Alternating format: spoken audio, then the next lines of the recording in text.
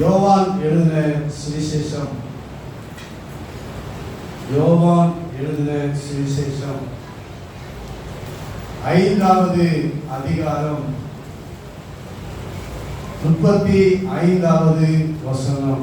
யோவான் எழுதின சுவிசேஷம் 5வது அதிகாரம் 35வது வசனம். அவன் எரிந்து பிரகாசிக்கிற விளக்காய் இருந்தான். நீங்களும் சில காலம் அவன் வெளிச்சத்திலே களி கூற மனதாய் இருந்தீர்கள். அவன் எரிந்து பிரகாசிக்கிற விளக்காய் இருந்தான். நீங்களும் சில காலம் அவன் வெளிச்சத்திலே களி கூற மனதாய் இருந்தீர்கள். ஏசாயா தீர்க்கதரிசன புத்தகம் 60வது அதிகாரம் 3வது வசனம். உன் வெளிச்சத்தின் இடத்துக்கு ஜாதிகளும் உதிக்கிற உன் ஒளியின் இடத்துக்கு ராஜாக்களும் நடந்து வருவார்கள். உன் வெளிச்சத்தின் இடத்துக்கு ஜாதிகளும் உதிக்கிற உன் ஒளியின் இடத்துக்கு ராஜாக்களும் நடந்து வருவார்கள். உன் வெளிச்சம் என்று போன வாரம் இந்த வசனத்திலிருந்து தியானித்தோம். நம்முடைய வெளிச்சம் என்ன என்பதை போன வாரம் பிரசங்கம் கேட்டாங்க. சொல்லுங்க, உங்க வெளிச்சம் என்ன? உங்க வெளிச்சம் என்ன? நற்கிரியைகள். Thank you, God bless you. உங்கள் வெளிச்சம் என்ன? நற்கிரியைகள் தான் நம்முடைய வெளிச்சம் என்று பார்த்தோம்.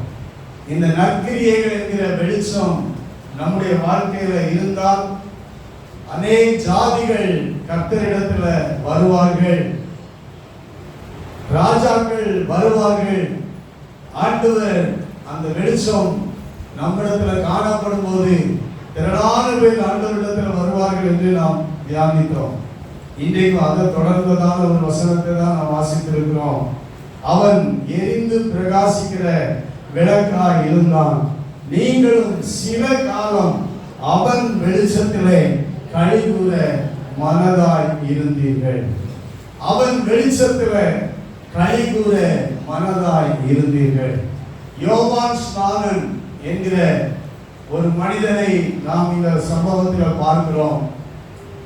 யோவான் ஸ்நானன் அவனை குறித்து ஆண்டவர் இயேசு கிறிஸ்து கொடுக்கிற ஒரு சாட்சி என்னவென்றால், அவன் எரிந்து பிரகாசிக்கிற விளக்காக இருந்தான். அவனுடைய வெளிச்சத்தில் நீங்கள் சில காலம் களி கூற மனதாய் இருந்தீர்கள். யோவான் ஒரு வெளிச்சமாக காணப்பட்டான். யோவானுடைய அந்த வெளிச்சம் யோவானிலே காணப்பட்டபடியினால ஒரு மனிதரை தேடி ஜனங்கள் போனார்கள். ஒரு மனிதன் அவனிடத்தில் வெளிச்சம் காணப்பட்ட போது அவனை தேடி மனிதர்கள் போனார்கள். அவன் ஊருக்குள்ள இல்ல, வனாந்தரத்தில் இருந்தான்.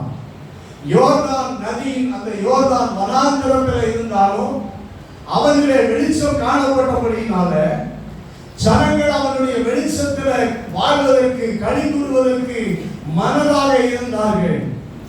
யோவான் ஸ்நானகரிடத்தில் காணப்பட்ட வெளிச்சம் அவைதான் அவன் எரிந்து பிரகாசிக்கிற விளக்காக இருந்தான் என்று ஆண்டவர் சாட்சி கொடுத்தார். நாம் எங்கே இருந்தாலும் நம்மில வெளிச்சம் இருக்குமானால் நிச்சயமாக மனிதர்கள் நம்மை தேடி வருவார்கள். ஜாதிகள் வெளிச்சத்தின் இடத்துக்கு வருவார்கள். உதிக்கிறவர் ஒளியின் இடத்துக்கு ராஜாக்கள் நடந்து வருவார்கள். அல்லேலூயா, அல்லேலூயா, அல்லேலூயா. கர்த்தருக்கு மகிமை உண்டாவதாக. நம்முடைய வெளிச்சம் அது யோவான் வெளிச்சமா இருந்தான் என்று இயேசு சொன்னாரே, அந்த வெளிச்சத்துக்கு காரணம் என்ன? யோவான் எப்படி வெளிச்சமா இருக்க முடிந்தது? யோவான் வெளிச்சமா இருந்தது என்று இருந்தால் அவன் வெளிச்சம் என்று ஆண்டவர் சொல்லும் போது அந்த வெளிச்சம் என்ன, அவனில் காணப்பட்ட வெளிச்சம் என்ன என்று பார்ப்போமானால், அதே 5வது அதிகாரம் 33வது வசனத்தில் ஆண்டவர் இயேசு சொல்லுகிறார், நீங்கள் யோவானிடத்தில் ஆழத்திற்கு விசாரித்தீர்கள், அவன் சத்தியத்திற்கு சாட்சி கொடுத்தான். அந்த வெளிச்சம் என்று ஆண்டவர் சொல்லுகிறது, அவன் சாட்சி கொடுத்தான். சத்தியத்திற்கு அவன் சாட்சி கொடுத்தான். சத்தியத்திற்கு அவன் சாட்சி கொடுத்தான். சாட்சி கொடுக்கிறவர் அவன் வாழ்க்கை அவனிடத்தில் இருந்தது. சத்தியத்திற்கு சாட்சி கொடுத்தான். அதனால்தான் இயேசு கிறிஸ்து அவன் வெளிச்சம் என்று சொல்கிறார். இயேசுவை குறித்த சாட்சி, இயேசுவை குறித்து, உண்மையை குறித்து இந்த உலகத்துல பாருங்க, கெட்ட மனிதர்களை குறித்தெல்லாம் சாட்சி கொடுக்கிறாங்க. உண்மையா இல்லையா? மனிதர்கள் எல்லாரும் கெட்டவர்கள். ஆனா அவர்களை குறித்தெல்லாம் சாட்சி கொடுக்கிறாங்க. எத்தனையோ பேரை குறித்து மனிதர்கள் சாட்சி கொடுக்கிறாங்க. ஆனா உண்மை பொய்யை குறித்து சாட்சி கொடுக்கிறாங்க. ஆனா உண்மையை குறித்து, சத்தியத்தை குறித்து சாட்சி கொடுக்கிறவர்கள் குறைவு. சத்தியத்தை குறித்து சாட்சி கொடுத்த ஒரு மனிதன் யோவான் ஸ்நானன். கைகளை உயர்த்தி ஆமென் சொல்லுவோமா? ஹalleluya. அந்த சத்தியம் இயேசு கிறிஸ்து. இயேசு கிறிஸ்துவை குறித்து சாட்சி கொடுத்தவர் யோவான் ஸ்நானன். கர்த்தருடைய நாமம் மகிமைப்படுவதாக. ஹalleluya, ஹalleluya. கர்த்தருக்கு ஸ்தோத்திரம். என் ஆண்டவர் இயேசு கிறிஸ்துவை குறித்து யார் யார் சாட்சி கொடுக்கிறாங்களோ அவங்க எல்லாம் வெளிச்சமா இருக்கிறாங்க. ஹalleluya. இயேசு கிறிஸ்துவை குறித்து யார் யாரெல்லாம் சாட்சி கொடுக்கிறாங்களோ அவங்க தான் வெளிச்சம். ஆமென். இந்த உலகத்துல பெரிய கிரியை, நல்ல கிரியை உண்டு என்று சொன்னால் என் இயேசு கிறிஸ்துவை குறித்து நான் சாட்சி பகர வேண்டும். அவருக்கு சாட்சியாக நான் வாழ வேண்டும். நான் இந்த உலகத்துல பிறந்தது எதற்காக என்றால் அவருக்கு சாட்சி பகர. ஹalleluya. நான் உலகத்துல வாழ்வதின் நோக்கம் என்னவென்றால் என் ஆண்டவருக்கு சாட்சி பகர. ஹalleluya. சத்தியத்தை குறித்து சாட்சி கொடுக்கிறதா நான் பிறந்திருக்கிறேன். இந்த உலகத்துல பிறந்திருக்கிற ஒவ்வொருவரும் சத்தியத்தை குறித்து சாட்சி கொடுக்கிறதா நீங்க பிறந்திருக்கிறீங்க. இயேசுவை குறித்து சாட்சி கொடுக்கிறதா நீங்க இந்த உலகத்துல பிறந்திருக்கிறீங்க. நீங்க இந்த உலகத்துல எதற்காக வாழ்கிறீங்கன்னா இயேசு கிறிஸ்துவை குறித்து சாட்சி கொடுங்க. ஒளியை குறித்து சாட்சி கொடுத்தால் வெளிச்சம் உங்களிலே காணப்படும். கைகளை உயர்த்தி ஆமென் சொல்லுவோமாக. ஹalleluya. மெய்யான ஒளியாகிய இயேசு கிறிஸ்து குறித்து ஒரு மனிதன் சாட்சி கொடுப்பான் என்றால் அந்த வெளிச்சம் அவரிலே காணப்படும். கர்த்தருக்கு ஸ்தோத்திரம் உண்டாவதாக. நாம் அதற்காகவே பிறந்தவர்கள். கைகளை உயர்த்தி அல்லேலூயா சொல்லுவோமாக. யோவான் 1வது அதிகாரத்துல 6வது வசனத்திலிருந்து 8வது வசனம் வரைக்கும் நாம் வாசிக்கும் பொழுது, யோவான் 1வது அதிகாரம் 6வது வசனத்திலிருந்து, தேவனால் அனுப்பப்பட்ட ஒரு மனுஷன் இருந்தான். அவன் பேர் யோவான். அவன் தன்னால் எல்லாரும் விசுவாசிக்கும்படி அந்த ஒளியை குறித்து சாட்சி கொடுக்க சாட்சியாக வந்தான். சாட்சி கொடுக்க சாட்சியாக வந்தான். சொல்ற ஒளியை குறித்து சாட்சி கொடுப்பதற்கு சாட்சியாக வந்தான். கர்த்தருக்கு ஸ்தோத்திரம். அவன் அந்த ஒளி அல்ல, அந்த ஒளியை குறித்து சாட்சி கொடுக்க வந்தவனாய் இருந்தான். நாம் இந்த உலகத்தில் இருக்கிறோம். நம்ம எல்லாரும் ஒளியாகிய இயேசு கிறிஸ்துவை குறித்து சாட்சி கொடுக்க வந்தவர்கள் என்பதை நம்முடைய மனதில் நாம பதிக்க வேண்டும். அல்லேலூயா. ஸ்தோத்திரம்.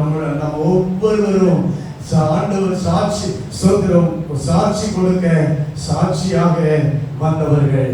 அதனால இயேசு கிறிஸ்து சொன்னார், உங்களுக்கு தெரியும், நீங்களே எனக்கு சாட்சிகள். அல்லேலூயா. ஸ்தோத்திரம். நீங்கள் ஸ்தோத்திரம் உள்ளவராக பலனடை பரிசுத்த ஆவி உங்களிடத்தில் வரும்போது நீங்கள் பலனடைந்து எருசலேமிலும் யூதேயாவிலும் சமாரியாவிலும் பூமியின் கடைசி பரியந்தமும் எனக்கு சாட்சிகளாய் இருப்பீர்கள். ஸ்தோத்திரம் உள்ளவராக. அல்லேலூயா. ஸ்தோத்திரம். அப்போஸ்தலர் நடவடிக்கைகள் 1வது அதிகாரத்தில் 8வது வசனம் நமக்கு ஆண்டவர் சொல்லி போயிருக்கிறார். நீங்கள் எல்லாரும் சாட்சி கொடுக்க சாட்சிகளாய் இருக்கிறவர்கள். அல்லேலூயா. அதனால அப்போஸ்தலர்கள் இயேசுவை குறித்து சாட்சி கொடுத்தார்கள். இயேசு கிறிஸ்துவினுடைய உயிர்த்தெழுதலை குறித்து சாட்சி கொடுத்தார்கள். கர்த்தருக்கு ஸ்தோத்திரம் உண்டாகட்டும். யோவான் இயேசு கிறிஸ்துவை குறித்து சாட்சி கொடுத்தான். அவன் சாட்சி ஸ்தோத்திரம் மெய்யான சாட்சி என்று இயேசு சொன்னார். கைகளை உயர்த்தி ஆமென் சொல்லுவோமாக. அல்லேலூயா. ஸ்தோத்திரம் உண்டாகட்டும். அருமையான தேவனுடைய பிள்ளைகளே, இயேசுவை குறித்து நாம் சாட்சி கொடுக்கவே பிறந்திருக்கிறோம். எத்தனை பேர் விசுவாசிக்கிறீங்க? இயேசுவை குறித்து சாட்சி கொடுக்கவே வாழ்கிறோம் என்று சொல்கிறவங்க சபை இயேசுவுக்கு சாட்சிகள். அல்லேலூயா. சபை இயேசு கிறிஸ்துவுக்கு சாட்சிகள். கர்த்தருக்கு ஸ்தோத்திரம். அதனால நம்மில என்ன இருக்குது? வெளிச்சம் காணப்படுது. எத்தனை பேர் சாட்சியா இருக்கிறீங்களோ, சாட்சி கொடுக்கிறீங்களோ, இயேசுவை பற்றி பேசுறீங்களோ, இயேசுவை பற்றி அறிவிக்கிறீங்களோ, அவங்களுக்கெல்லாம் ஒரு வெளிச்சம் காணப்படும். கர்த்தர் நாம மகிமைப்படுவதாக. அல்லேலூயா, அல்லேலூயா, ஸ்தோத்திரம் உண்டாவதாக. யோவான் ஜனங்களை கர்த்தருக்கு ஆயத்தப்படுத்தினான். இந்த சாட்சி கொடுக்கிறது எதுக்கு? ஆண்டவருக்கு என்று ஒரு கூட்ட ஜனங்களை தயார்படுத்துவதற்கு, ஆயத்தப்படுத்துவதற்கு. கர்த்தருக்கு ஸ்தோத்திரம். ஜனங்களை கர்த்தருக்கு என்று ஆயத்தப்படுத்தினான். லூக்கா எழுதின சுவிசேஷம் 3வது அதிகாரம் 2வது வசனத்தில் இருந்து 18வது வசனங்கள் வரைக்கும் நீங்க வாசித்து பார்க்கும் பொழுது யோவான் ஜனங்களை கர்த்தருக்கென்று ஆயத்தப்படுத்தினதை நாம பார்க்கிறோம். கர்த்தருக்கு ஸ்தோத்திரம். அவன் ஆயத்தப்படுத்துகிறான். 6வது வசனத்துல பாவ மன்னிப்பு கண்டு மனம் திரும்புதலுக்கு ஏற்ற ஞானஸ்நானத்தை குறித்து அவன் பிரசங்கிக்கிறான். அல்லேலூயா. அவனிடத்தில் திரளான ஜனங்கள் புறப்பட்டு வந்தார்கள். அப்படி வந்தபோது அவர்களை விரியன் பாம்பு குட்டிகளை வரும் கோபத்துக்கு தப்பித்துக் கொள்ள உங்களுக்கு வகை காட்டினவன் யார் என்று கேள்வி எழுப்புகிறார். கர்த்தருக்கு ஸ்தோத்திரம். ஒரு மனம் திரும்புதலுக்கு ஏற்ற பிரசங்கம், அதுதான் ஒளி. அல்லேலூயா. அதுதான் வெளிச்சம். நம்முடைய பிரசங்கம், நம்முடைய வார்த்தைகள் ஒரு மனிதன் இயேசுவினிடத்தில் மனம் திரும்ப வேண்டும். கைகளை உயர்த்தாம சொல்வோம். அதுதான் சாட்சி. ஸ்தோத்திரம். நாம் யாரோடு பேசினாலும் அவர்கள் இயேசுவை குறித்து கேள்விப்படணும்.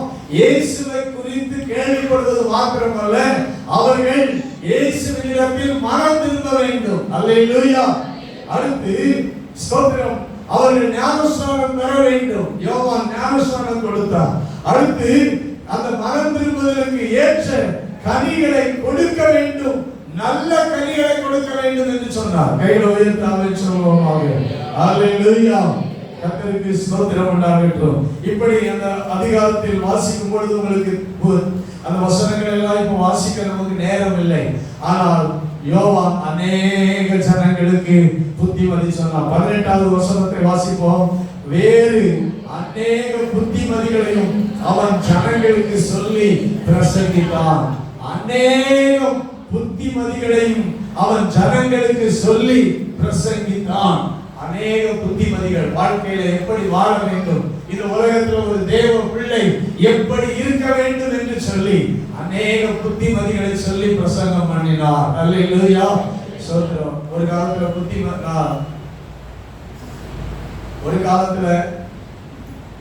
புத்திமதி சொன்னா அதை ஏற்றுக்கொள்கிற காலம் இருந்தது. ஆனா இப்ப உள்ள இந்த வருகிற இப்போதைக்கு உள்ள காலங்கள், யாராவது புத்திமதி சொன்னா அதை ஏற்றுக்கொள்கிற காலம் இந்த காலமா இல்லை. நம்முடைய காலத்தில் நமக்கு தெரியும். நாம் சிறு பிள்ளைகளாக இருந்து வளர்ந்து வாலிபர்களாக மாறினாலும், பெரியவங்களா மாறினாலும், நம்ம அப்பா அம்மா சொல்றதை நம்ம என்ன செய்வோம்? கேட்டிருப்போம், கேட்போம். சொல்லுங்க, நீங்க நல்லா எனக்கு புத்திமதி கொடுங்க அப்படின்னு சொல்லுவோம், கேட்போம். ஆனா இந்த காலத்துல நாம சொன்னாலும் நம்ம பிள்ளைங்க என்ன செய்ய மாட்டாங்க? கேட்க மாட்டாங்க.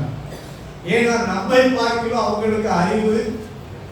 ஏன் என்ன பிரச்சனைனா, நம்மை பார்க்கலாம் அவங்களுக்கு அறிவு அதிகம். நாம சொல்ல வர்றதுக்கு முன்னாடி அவங்களுக்கு எல்லா புத்திமதியும் தெரியும். அதனால எனக்கு எல்லாம் தெரியும், நீங்க எனக்கு எதுவும் என்ன செய்ய வேண்டாம், சொல்ல வேண்டாம் அப்படின்னு நினைக்கிற காலத்துல நாம வாழ்ந்து கொண்டிருக்கிறோம். இன்னும் போக போக போக புத்திமதியே யாருக்கும் அவசியம் கிடையாது அப்படிங்கிற காலம். அவங்கவுங்க காரியத்தை பார்த்துக் கொள்வாங்க. யாரும் புத்திமதி சொல்ல வேண்டியது இல்லை. அன்றைக்கு சபைகள், போதகர்கள் புத்திமதி சொன்னா ஏற்றுக்கொள்வாங்க. ஆனா இன்றைக்கு புத்திமதி சொன்னா தேவ பிள்ளைகள் கூட, சபையில் வருகிற தேவ ஜனங்கள் கூட என்ன செய்ய மாட்டாங்க? ஏற்றுக்கொள்ள மாட்டாங்க. சபையில பேசுறியா, பிரசங்கம் பண்றியா, அதோட வசனத்தை பேசுறியா, அதோட முடிச்சுக்கோங்க பாஸ்டர். எங்கள் பர்சனல் வாழ்க்கையில நீங்க என்ன செய்யக்கூடாது? தலையிடக்கூடாது. நீங்க எங்களுக்கு எந்த புத்திமதியும் சொல்ல வேண்டிய அவசியம் இல்லை. அப்படிங்கிற காலத்துல தான் நம்ம வாழ்ந்து கொண்டிருக்கிறோம். கர்த்தருக்கு ஸ்தோத்திரம். யோவான் அநேக புத்திமதிகளை சொன்னான்.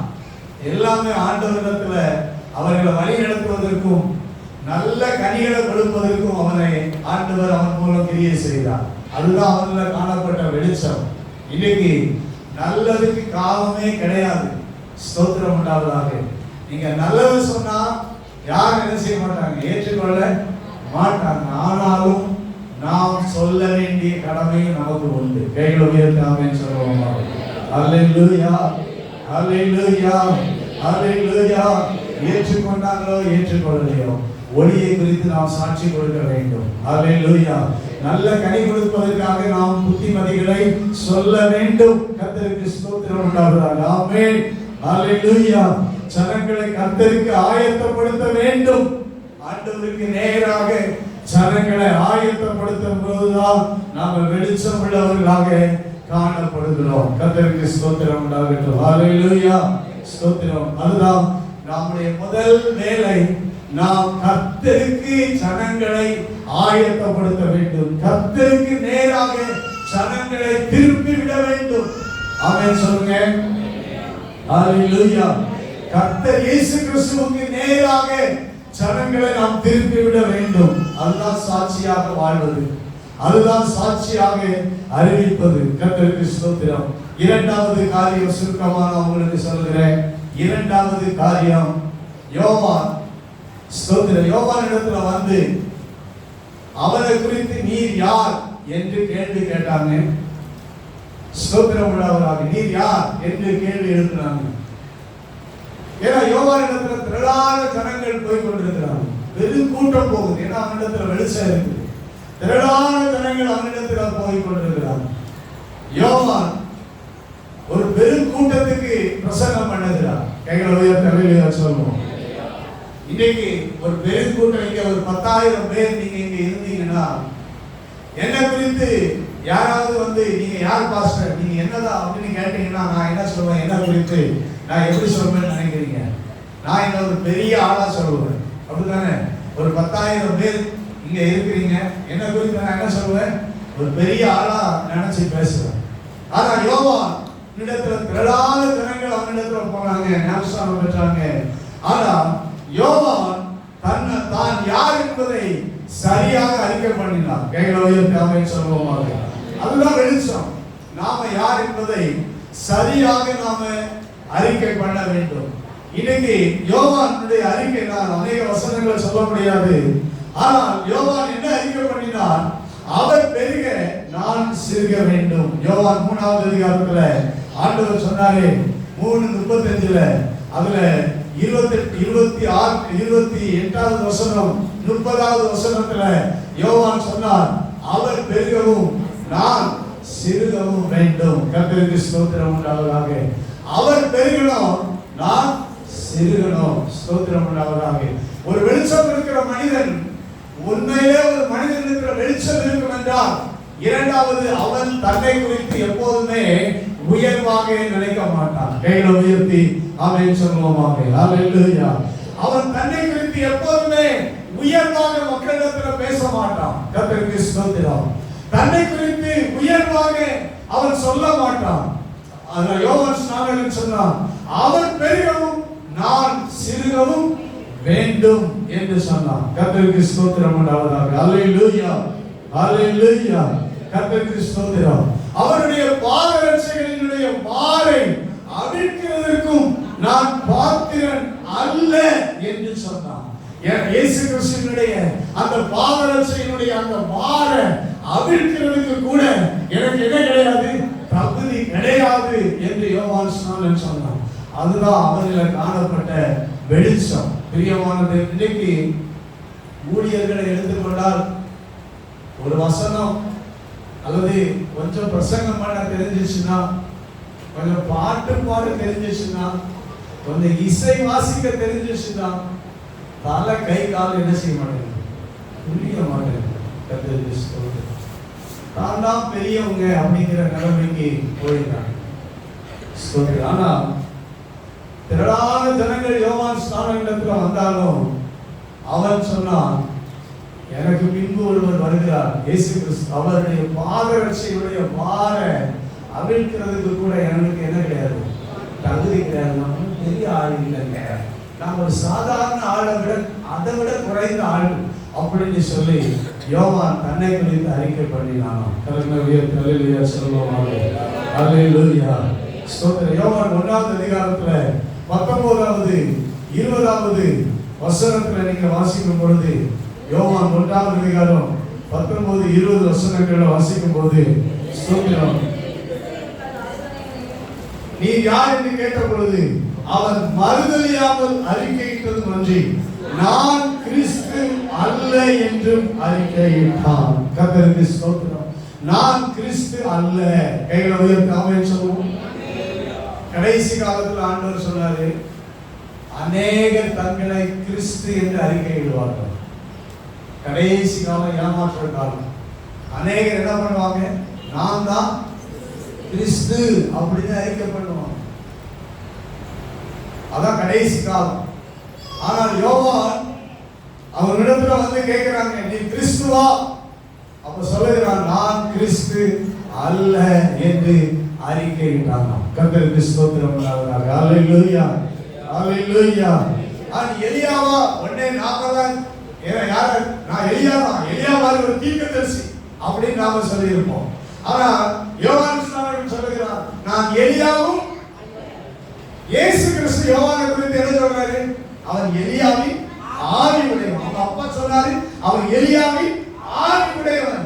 ஆண்டவர் அவனை பார்த்து சொன்னார், அவன் எலியாவின் ஆவி உடையவன். சொல்றதுக்கு எவ்வளவு நேரம் ஆகியிருக்கும்? உண்மையிலே யோவான் எலியாவின் ஆவி உடையவன். நான் எலியா அப்படின்னு சொல்றதுக்கு அவனுக்கு காரணம் இருந்தது. அவன் பிறப்பிலேயே அவனுக்கு இந்த பெயர் கொடுக்கப்பட்டிருந்தது. ஆனால் நான் எலியா அல்ல என்று சொன்னான். கைகளை உயர்த்தி ஆமென் சொல்லுவோமாக. அல்லேலூயா. 21வது வசனத்துல யோவான் 1:20-21 எலியாவான் அவன் அல்ல. அப்ப தீர்க்கதரிசியானவரா? நான் தீர்க்கதரிசியும் இல்ல. கைகளை உயர்த்தி அல்லேலூயா சொல்லுங்க. இன்னைக்கு ஒரு தீர்க்கதரிசி இருந்தா நான் தீர்க்கதரிசி அப்படின்னு சொல்லி பெயர் போட்டு கீழே என்ன பண்ணணும், தீர்க்கதரிசி அப்படின்னு போடணும். சோதரம் உண்டாதான். யோவான் ஸ்நானனுக்கு எந்த ஒரு விளம்பரமும் இல்லை. தீர்க்கதரிசி அப்படின்னு கூட அவன் தன்னை குறித்து சொல்லல. ஸ்தோத்திரம் உண்டாது. ஆனா இயேசு சொன்னார், யோவான மாதிரி பெரிய தீர்க்கதரிசி வேற யாருமே இல்ல அப்படின்னாரு. ஸ்திரீகளிடத்துல பிறந்தவர்கள யோவான பார்க்கலும் பெரியவன் ஒருவரும் கிடையாது அப்படின்னாரு. அவர் தீர்க்கதரிசி, பெரிய தீர்க்கதரிசி. ஆனா யோவான் அவனும் இல்ல அப்படின்னு சொன்னாரு. கர்த்தருக்கு ஸ்தோத்திரம். என்ன சொல்றாரு 23வது வசனத்துல, நான் வனாந்தரத்தில் கூப்பிடுகிறவனுடைய சத்தமாக இருக்கிறேன். கைகளை உயர்த்தி ஆமென் சொல்லுவோம். அல்லேலூயா. எப்பா வசனத்தை அடிக்கோள் காட்டி சொல்லுகிறார். இந்த வசனம் தான் இந்த ஏசாயா தீர்க்கதரிசி சொல்லி இருக்கிறானே, கர்த்தருக்கு வழியை செவ்வை பண்ணுங்கள் என்று ஏசாயா தீர்க்கதரிசி சொன்னபடியே நான் வனாந்தரத்தில் கூப்பிடுகிறவனுடைய சத்தமாய் இருக்கிறேன். இப்ப நீங்க சொல்லணும், நான் சொல்லணும். இயேசு சொன்னார், நீங்கள் எனக்கு சாட்சிகளாய் இருப்பீர்கள் என்று சொன்னபடியே நாங்கள் அவருக்கு சாட்சிகளாய் இருக்கிறோம். கைகளை உயர்த்தி ஆமென் சொல்லுவோமாக. அல்லேலூயா, அல்லேலூயா, அல்லேலூயா. ஸ்தோத்திரம். எலியா சொல்லியிருந்தா எல்லாரும் அவன் ஐயா எலியா, அவனுக்கு அவ்வளவு புகழ் கிடைச்சிருக்கும். தீர்க்கதரிசி அல்லது எரேமியா என்னென்னவோ கேட்டு பார்த்தாங்க. நான் யாரும் கிடையாது, நான் கூப்பிடுகிற சத்தம். ஸ்தோத்திரம் உண்டாவதாக. அல்லேலூயா. நான் கூப்பிடுகிற வனாந்தரத்தில் கூப்பிடுகிற சத்தம். எவ்வளவு சரியான அறிக்கை பாருங்க, எவ்வளவு சரியான அறிக்கையை அவன் பண்ணுகிறான். ஸ்தோத்திரம். தேவனுடைய பிள்ளைகள் நாம் பிரகாசிக்க வேண்டுமானால் நம்மை குறித்து எப்போதும் தவறான அறிக்கை பண்ணிவிடக் கூடாது. கைகளை உயர்த்தி அல்லேலூயா சொல்வோம். ஒரு உயர்வான அறிக்கையை நாம் நம்மை குறித்து கொடுத்து விடக்கூடாது. கைகளை உயர்த்தி அல்லேலூயா சொல்வோம். நான் எனக்கு எப்படிப்பட்ட தகுதி எல்லாம் இருக்கிறது, எனக்கு நான் பிறக்கும் போதே என் அப்பா என்னை குறித்து ஒரு பெரிய தீர்க்க தரிசனம் சொன்னார். என் வாழ்க்கையை குறித்து என் அப்பாவும் அம்மாவும் தீர்க்க தரிசனம் சொல்லி அது எழுதப்பட்டிருக்கிறது. நான் ஒரு பெரிய தீர்க்கதரிசி, நான் கர்த்தருக்காக சாதிக்க பிறந்தவன், நான் அதனால நான் இப்படி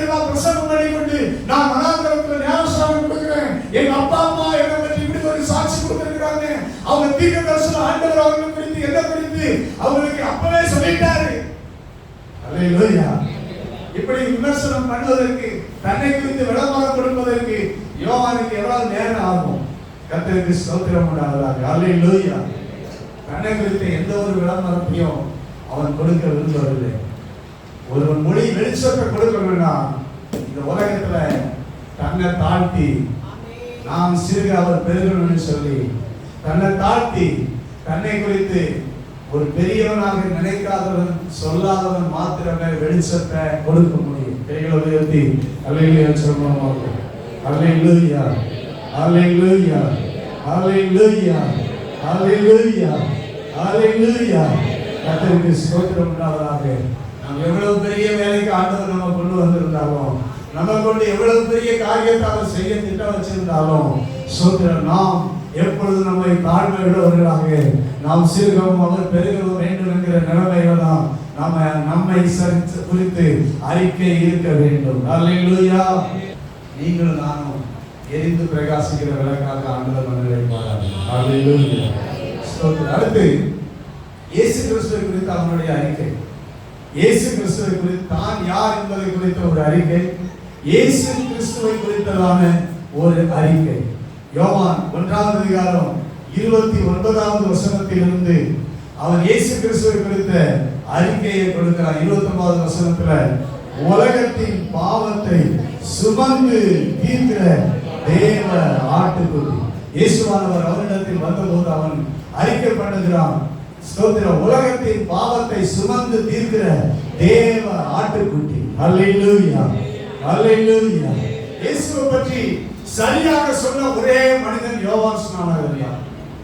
இயேசுவை குறித்து சீசர்கள் எல்லாருமே இயேசுவினுடைய மரணம், உயிர்த்தெழுதலுக்கு பிறகு பரிசுத்த ஆவியை பெற்ற பிறகுதான் இயேசுவை குறித்து சாட்சி கொடுத்தார்கள். அல்லாமல் இயேசு உயிரோடு வாழ்ந்த நாட்கள்ல என் ஆண்டவர் இயேசு கிறிஸ்துவை குறித்து உலகத்தினுடைய பாவத்தை சுமந்து தீர்க்கிற தேவ ஆட்டுக்குட்டி, உலகத்துக்காகவே அவர் மரிக்க போகிறார். உலகத்தின் பாவத்தை சுமந்து தீர்த்து அவர் மரிக்க போகிறார். ஒரு பஸ்கா ஆட்டுக்குட்டியாக மரிக்க போகிறார் என்கிற சத்தியத்தை சாட்சியாக அறிவித்தவர் இந்த யோவான் ஸ்நானகர். பழைய ஏற்பாட்டு சத்தியம் என்ன? ஒரு ஆட்டுக்குட்டி, பஸ்கா ஆட்டுக்குட்டி அடிக்கப்பட வேண்டும். சோதரம், பஸ்கா ஆட்டுக்குட்டி வருஷந்தோறும் பஸ்கா பலியாக அடிக்கப்பட்டு கொண்டே இருந்தது.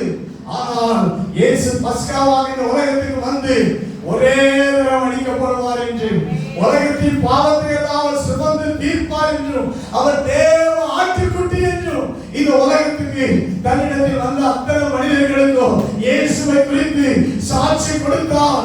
உண்மையான சாட்சியை கொடுத்தான், சரியான சாட்சியை கொடுத்தான். ஸ்தோத்திரம், கொடியை குறித்த சாட்சியை கொடுத்தான். தேவ ஆட்டுக்குட்டி என்று ஸ்தோத்திரம் உண்டாவதாக. அல்லேலூயா. இயேசு யார்? உலகத்தின் பாவத்தை சுமந்து தீர்க்கிற தேவ ஆட்டுக்குட்டி. இன்றைக்கு நம்முடைய பாவத்தை எல்லாம் சுமந்து தீர்த்தவர். அவரை குறித்து அவன் அடுத்து சொல்லுகிறான், அவர் எனக்கு முன்னிருந்தவர். அல்லேலூயா. இந்த உலகத்துல 30 வயசுல அவர் எனக்கிட்ட வந்தாலும், என்ன தேடி வந்தாலும் அவர் எனக்கு முன்னிருந்தவர். இயேசுவை குறித்து நாம் சரியாக அறிக்கை பண்ண வேண்டும். சொல்லுங்க, ஆமென் சொல்லுங்க. இயேசு கிறிஸ்துவை குறித்து சாட்சியாக அறிக்கை பண்ணணும்னா சரியாக அறிக்கை வேணும். இயேசு யார்? இயேசு கிறிஸ்து யாரு? எனக்கு இரண்டாவது அவன் சொல்றான், எனக்கு முன் இருந்தவர், எனக்கு முன்னாடி வந்தாரு, அவர் இப்பதான் வந்தாரு, அப்படி இல்லை, அவர் எனக்கு முன்னிருந்தவர். நான் இந்த உலகம் உண்டாவதற்கு முன்பாகவே இருந்தவர். அல்லேலூயா. என்னை நான் உருவாகும் முன்னே அவர் இருந்தவர். ஸ்தோத்திரம் உண்டாவதாக. அல்லேலூயா. நான் பிறக்கும் முன்னே அவர் இந்த உலகத்தில் இருந்தவர். அவர் உலகத்தில் இருந்தார். உலகம் அவர் மூலம் உண்டாயிற்று. கைகளை தட்டி ஆண்டவரை மகிமைப்படுத்துவோம். அல்லேலூயா. ஆமென். யோவான் 1:10 அப்படிதான் சொல்கிறது.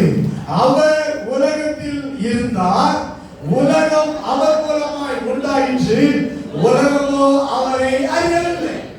உலகத்தில் இருந்தார், அவர் எனக்கு முன்னிருந்தார். யோவான் சொல்லுகிறார். இப்போ யோவானுக்கு வயசு 30 வயசும் 6 மாசமும் யோவானுக்கு. இயேசுவுக்கு யோவானுக்கு ஞானஸ்நானம் எடுக்க வரும்போது, யோவான் இடத்துல வரும்போது இயேசுவுக்கு வயசு என்ன? 30. கரெக்டா? 6 மாசத்துக்கு யோவான் ஸ்நானகன் முந்தினவன், யோவான் முந்தினவன். ஆனா ஸ்தோத்திரம், சரியான அறிக்கை என்ன? நாம என்ன சொல்லுவோம்? பிரதர், இப்போ ஒரு 2 பேருக்கு இருக்குங்க, உங்களை பற்றி சொல்லும்போது என்ன பண்ணுவீங்கன்னா, நீங்க 2 பேரும் பெரிய ஆட்கள். உடனே நான் சொல்லுவேன், அவருக்கு நான் தாங்க மூத்தவன், அவரை விட நான் 6 மாசம் பெரியவன் அப்படின்னு சொல்லுவோம். ஆனா யோவான் அப்படி சொல்லல, அவர் எனக்கு முன்னிருந்தவர். அப்படின்னா என்ன அர்த்தம்? நாம் பிறகு முன்னே அவர் இருக்கிறவராக இருக்கிறார். அவர் உலகத்துல இருந்தார். சோத்திரம். 30 வயசானாலும் தான் இந்த உலகத்துல இருக்காருன்னு நினைக்காதீங்க. இயேசு 30 வயசானாலும் அவர் இந்த உலகத்துல, அவர் சோத்திரம், உலகம் உண்டாகுவதற்கு முன்பாகவே இருந்தார். உலகத்தில் அவர் இருந்து கொண்டே இருக்கிறார். அடுத்து சரியான அறிக்கை என்ன? அவர் என்னிலும் மேன்மை உள்ளவர். கைகளை உயர்த்தி சொல்லுவாங்க, அவர் என்னிலும் மேன்மை உள்ளவர். கர்த்தருக்கு ஸ்தோத்திரம். நான் மேன்மை உள்ளவர் அல்ல, அவர்தான் மேன்மை உள்ளவர். அந்த சாட்சி தான் நமக்கு வேண்டும். அப்பதான் வெளிச்சமா இருப்போம். இயேசு என்னிலும் மேன்மை உள்ளவர். ஹல்லேலூயா. சொல்ற அடுத்து, அவர் பரிசுத்த ஆவியினால ஞானஸ்நானம் கொடுக்கிறவர். கர்த்தருக்கு ஸ்தோத்திரம். நான் தண்ணீர்ல ஞானஸ்நானம் கொடுக்கிறேன், அவர் எதனால உங்களுக்கு ஞானஸ்நானம் கொடுப்பாரு? பரிசுத்த ஆவியினால ஞானஸ்நானம் கொடுப்பாரு. அவர் தேவனுடைய குமாரன், அவர் தேவ ஆட்டுக்குட்டி, அவர் நியாய தீர்ப்பை கொடுப்பாரு அப்படின்னு சொல்லி அவர் ஸ்தோத்திரம் உண்டாவதாக. பகலை அக்கினியால சுட்டரிப்பார், கோதுமையை களஞ்சியத்துல சேர்ப்பார். இப்படி சொல்லி இயேசுவை குறித்த சரியான சாட்சியை யோவான் ஸ்நானகன் அறிக்கையிட்டார். ஹல்லேலூயா. நாம எல்லாம் இயேசுவை பற்றி சொல்லும்போது இயேசு கிறிஸ்துவை பற்றி அறகுறையாக நம்ம சொல்லி பார்க்கிறோம். ஒரு முழுமையான சாட்சியை, அவரை குறித்த ஒரு முழுமையான சாட்சியை யோவான் ஸ்நானகன் அறிக்கை பண்ணினார். நாம இயேசுவை குறித்து சரியாக எப்போ அறிக்கை பண்றோமோ அப்போ நாம வெளிச்சத்தை இந்த உலகத்துக்கு கொடுக்கிறவங்களா இருப்போம். கைகளை உயர்த்தி ஹல்லேலூயா சொல்லுங்க. ஹல்லேலூயா. நம்மை குறித்த அறிக்கை சரியா இருக்கணும். என்னுடைய ஆண்டவரை குறித்த அறிக்கை சரியாக இருக்க வேண்டும். அப்படி அறிக்கையிடும் போது நிச்சயமாக நாம் வெளிச்சத்தை கொடுக்கிறவர்களாக இருப்போம். ஹல்லேலூயா. மூன்றாவதாக நான் அவருடைய சொல்லி முடிக்க விரும்புகிறேன். கர்த்தருக்கு ஸ்தோத்திரம் உண்டாவதாக. யோவான் இயேசு தன்னிடத்தில் சீஷர்களை, அதே யோவான் 1வது அதிகாரம் 35வது வசனத்தில் வாசிப்போம். மறுநாளிலே யோவானும் அவனுடைய சீஷரில் 2 பேரும் இருக்கும்போது, யோவானும் அவனுடைய சீஷரில் 2 பேரும் இருக்கும்போது, யோவானுடைய சீஷர்கள் அந்திரேயா, இன்னொரு யோவான் இங்கே யோவானுடைய சீஷர்களாக இருக்கிறார்கள். இவர்கள் நிற்கும்போது இந்த யோவான் என்ன சொல்கிறார்? இயேசுவை கண்ட உடனே இதோ தேவ ஆட்டுக்குட்டின்னு சொல்றாரு. சொன்ன உடனே என்ன பண்றாங்க? அந்த 2 சீஷரும் கேட்டு யோவானு கூட இருந்தவங்க சீஷர்கள் இப்ப இயேசுவின் சீஷர்களாக போகிறார்கள். கைகளை உயர்த்தி ஹல்லேலூயா சொல்லுவாங்க. ஹல்லேலூயா. இயேசு என்ன பின்பற்றாதப்பா, நீ இயேசுவை பின்பற்று. கைகளை உயர்த்தி ஆமென் சொல்லுவாங்க. ஹல்லேலூயா. இதுதான் நம்ம பிரகாசிக்க வைக்கும். அநேக நேரங்கள்ல நாம் எப்பொழுதும் அறிந்திருக்க வேண்டும், ஸ்தோத்திரம், இயேசுவுக்கு ஜனங்களை பின் செல்கிறவர்களாக மாற்ற வேண்டும். ஹல்லேலூயா. இயேசுவுக்கு ஜனங்கள் பின் செல்ல வேண்டுமே அல்லாமல் நமக்கு மக்கள் பின் செல்லக்கூடாது. கைகளை உயர்த்தி ஹல்லேலூயா சொல்லுவோமா. நமக்கு ஒரு கூட்டத்தை சேர்க்க கூடாது. ஹல்லேலூயா சொல்லுங்க.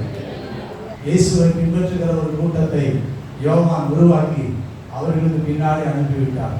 பேதுரு யாருடைய சீஷன்? யோவானுடைய சீஷன். இப்ப யாருடைய சீஷன்? இயேசுவின் சீஷன். அந்திரேயா யாருடைய சீஷன்? யோவானுடைய சீஷன். இப்ப யாருடைய சீஷன்? இயேசுவின் சீஷன். ஸ்தோத்திரம் உண்டாவதாக. இயேசுவை பின்பற்றின அநேகர், இயேசுவின் சீஷர்களாக இருந்தவர்கள் அநேகர் யோவானை பின்பற்றி யோவான் ஸ்நானகனுடைய சீஷராக இருந்தவர்கள் தான் இயேசுவின் சீஷர்களாக மாறினார்கள். ஹல்லேலூயா. கை காட்டினாரு, வழி காட்டினாரு. இவர் தான்ப்பா பிடிச்சுக்கோங்க, நான் இல்ல சொல்ற, இவர் தான் தேவ ஆட்டுக்குட்டி, இவர் தான் நீங்க பின்பற்ற வேண்டியவர்கள், இவர் பின்னாடி நீங்க போங்க அப்படின்னு தன்னுடைய சீஷர்களை எல்லாரையும் இயேசுவுக்கு பின்னாடி அனுப்பினாரு. ஹல்லேலூயா, ஹல்லேலூயா, ஹல்லேலூயா, ஹல்லேலூயா. கர்த்தருக்கு ஸ்தோத்திரம் உண்டாவதாக. நீங்களும் நானும் இயேசுவுக்கு சீஷர்களை உருவாக்க வேண்டும். இயேசுவை தன்னை பின்பற்ற அல்ல, இயேசுவை பின்பற்ற வழிகாட்ட வேண்டும். அப்படி என்றால் நாம் உங்களுடைய வெளிச்சம் பிரகாசிக்கும். ஹல்லேலூயா. இயேசுவுக்கு சாட்சியாக வாழ்வது. ஸ்தோத்திரம் உண்டாகட்டும். கடைசி வரைக்கும் யோவானுக்கு யாரும் கிடையாது.